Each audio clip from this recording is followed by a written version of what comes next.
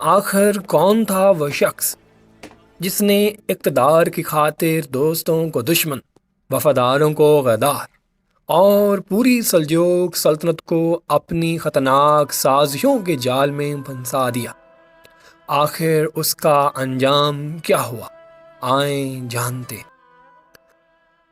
سلجوق سلطنت کی تاریخ میں بہت سے عظیم سپہ سالار، عادل حکمران اور وفادار امیر گزرے، لیکن انہی ناموں کے درمیان ایک ایسا شخص بھی تھا جس نے اپنی تلوار سے کم، اپنی ذہانت سے زیادہ، سیاسی چالوں اور خطرناک سازشوں سے بہت خوف پیدا کر دیا تھا۔ اس کا نام تھا امیر سعد الدین کوپک۔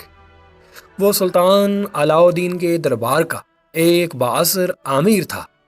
اپنی حاضر جوابی، غیر معمولی ذہانت اور سیاسی مہارت کی بدولت اس نے بہت جلد سلطان کا اعتماد حاصل کر لیا تھا، مگر اس کے دل میں وفاداری نہیں بلکہ اقتدار کی ایسی آگ جل رہی تھی جو ہر گزرتے دن کے ساتھ مزید بڑھتی جا رہی تھی۔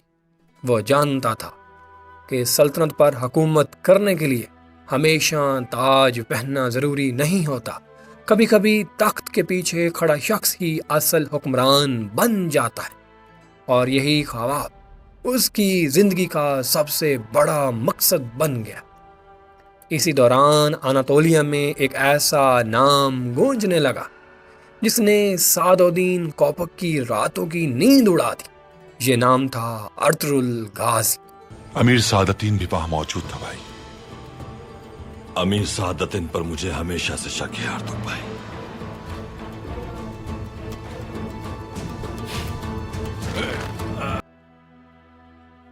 ہر کامیاب معرکے کے بعد سلطان کا اعتماد ارطغرل پر بڑھتا گیا۔ قبائل اس کے ساتھ متحد ہونے لگے اور عوام اسے اپنا ہیرو سمجھنے لگے۔ جہاں ہر طرف ارطغرل کی بہادری کے چرچے تھے، وہیں سعد الدین کے دل میں حسد، خوف اور اقتدار کی ہوس بڑھتی جا رہی تھی۔ اسے یقین ہو گیا تھا اگر ارطغرل کو نہ روکا گیا تو ایک دن دربار میں اس کی اپنی حیثیت ختم ہو جائے گی۔ امیر سعادتین نے تجارت کو فروغ دینے کے لیے معاہدے میں جس فرانسیسی تاجر کو شامل کیا تھا، میرے خیال میں یہ وہی ہے۔ یہاں پر بھی امیر سعادتین۔ بہادر کے بازار خریدنے سے پہلے ہی اس نے اور ایرز نے بازار کی تباہی کا سوچ لیا تھا۔ بہادر کو امیر سعادتین ہی آلیار بھائی کے قبیلے پر قبضہ کرنے کے لیے اکسا رہا ہے۔ بھائی، ہر سازش کے پیچھے امیر سعادتین کا نام ہی نظر آ رہا ہے۔ اسی لمحے اس نے ارطغرل کو اپنا سب سے بڑا دشمن تسلیم کر لیا تھا، اور دربار کے اندر ایک ایسی خاموش جنگ شروع ہوئی جس میں ان تلواروں سے زیادہ خطرناک سازشیں استعمال ہونے لگیں۔ سعد الدین کوپک نے کبھی کھلے میدان میں جنگ نہیں لڑی، بلکہ اس نے جھوٹ، فریب اور درباری سیاست کو اپنا سب سے طاقتور ہتھیار بنایا۔ وہ سلطان کے سامنے ارطغرل کے خلاف شکوک پیدا کرتا، خفیہ اطلاعات کو اپنی مفاد کے مطابق بدل دیتا، اپنے اقتدار کے لیے ہر اس شخص کو راستے سے ہٹانے کی کوشش کرتا جو ارطغرل کا وفادار تھا۔ علی یار بے، اسلحان خاتون ترگت علب، بامسی بیرک، عبد الرحمن علب، حلیمہ سلطان، حتیٰ کہ ارطغرل کے قریبی ساتھیوں اور اتحادی قبائل سب اس کی سازشوں کا نشانہ بنے۔ کسی کے خلاف جھوٹے الزامات لگائے گئے، کسی کے درمیان بد اعتمادی پیدا کی گئی، کسی کو قید کرانے کی کوشش ہوئی، کسی کے قتل کی منصوبہ بندی کی گئی، اور کسی کے خاندان کو مشکلات میں ڈال کر ارطغرل کو کمزور کرنے کی کوشش کی گئی۔ اس کے نزدیک نہ رشتہ اہم تھا، نہ وفاداری، اور نہ ہی انصاف۔ اگر کوئی اس کے اقتدار کی راہ میں کھڑا تھا تو وہ اس کا دشمن تھا۔ ارطغرل کو مرنا ہوگا تاکہ ہمارے خزانے خالی نہ ہو کبھی۔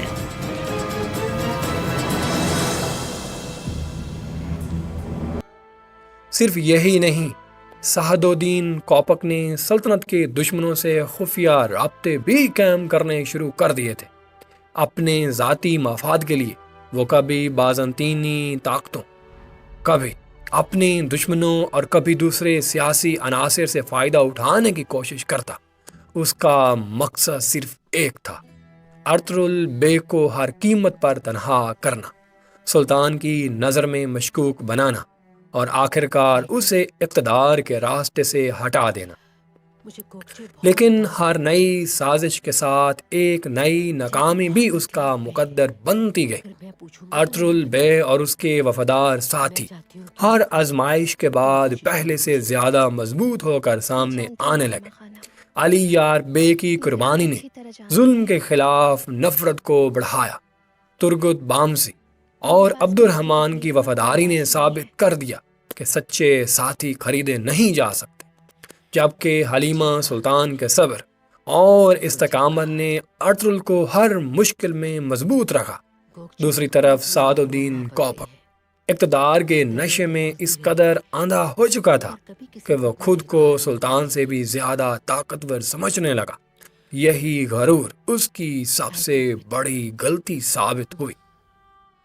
وقت گزرنے کے ساتھ اس کی غداریاں، دھوکے اور خفیہ منصوبے ایک ایک کر کے بے نقاب ہونے لگے۔ دربار کے وہ لوگ جو کبھی اس کے خوف سے خاموش رہتے تھے اب اس سے منہ موڑنے لگے۔ سلطان تک بھی اس کے جرائم کی حقیقت پہنچ گئی، اور وہ شخص جو برسوں دوسروں کی قسمت کا فیصلہ کرتا رہا خود اپنے انجام کے قریب پہنچ چکا تھا۔ آخرکار سعد الدین کوپک اپنے ہی ظلم، غرور اور سازشوں کے جال میں پھنس گیا۔ اس کی طاقت بکھر چکی تھی، اس کا رعب ختم ہو گیا تھا، اور وہ تاریخ میں ایسے شخص کے طور پر یاد رکھا گیا جس نے اقتدار کی خاطر ہر حد پار کی مگر اپنے انجام سے نہ بچ سکا۔ اگر آپ کو ہماری یہ کاوش، یہ ویڈیو، یہ محنت پسند آئی ہو تو ہمارے چینل کو سبسکرائب کریں تاکہ ہر طرح کی معلوماتی ویڈیو آپ تک بر وقت پہنچتی رہے۔ ملتے ہیں نیکسٹ ویڈیو میں، تب تک کے لیے اللہ حافظ۔